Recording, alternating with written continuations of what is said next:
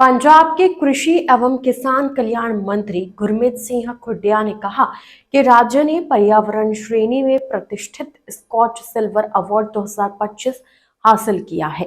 इस उपलब्धि के साथ फसल अवशेष प्रबंधन के क्षेत्र में पंजाब की रणनीति को राष्ट्रीय स्तर पर मान्यता मिली है। उन्होंने इस सफलता का श्रेय भगवंत सिंह मान के नेतृत्व वाली पंजाब सरकार के निरंतर और सुनियोजित प्रयासों को दिया।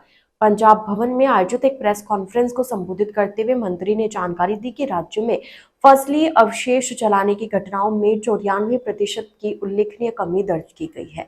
वर्ष 2020-21 में जहां ऐसे मामलों की संख्या 83,000 थी, वहीं 2025-26 में यह घटकर मात्र 5,114 रह गई।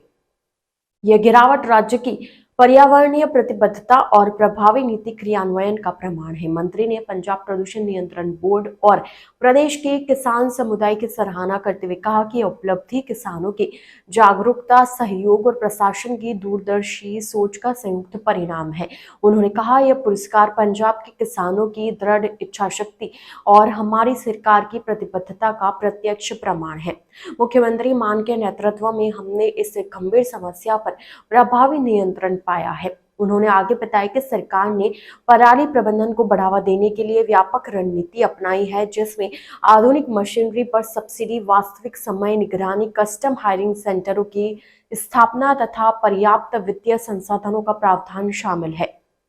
उन्होंने यह भी कहा कि वे इस पुरस्कार को उन सभी किसानों को समर्पित करते हैं जिन्होंने पराली जलाने की हानिकारक परंपरा को छोड़कर आधुनिक तकनीकों को अपनाया। गुरमीत सिंह खुडिया ने बताया कि राज्य के किसानों, किसान उत्पादक संगठनों और पंचायतों को फसल अवशेष प्रबंधन मशीनों पर 50 से 80% तक सब्सिडी प्रदान की जा रही है।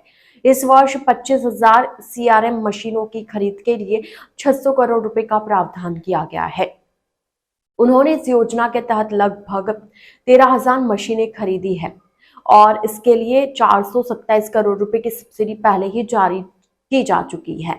मशीनों की सुचारू उपलब्धता और विवरण सुनिश्चित करने के लिए कृषि विभाग द्वारा 1 अप्रैल से 24 अप्रैल 2026 तक ऑनलाइन आवेदन आमंत्रित किए गए हैं। मंत्री ने कहा कि पराली जलाने की घटनाओं में आई इस बड़ी कमी का सकारात्मक प्रभाव न केवल पर्यावरण पर पड़ा है, बल्कि इससे मिट्टी की गुणवत्ता में सुधार और वायु प्रदूषण में भी उल्लेखनीय कमी आई है।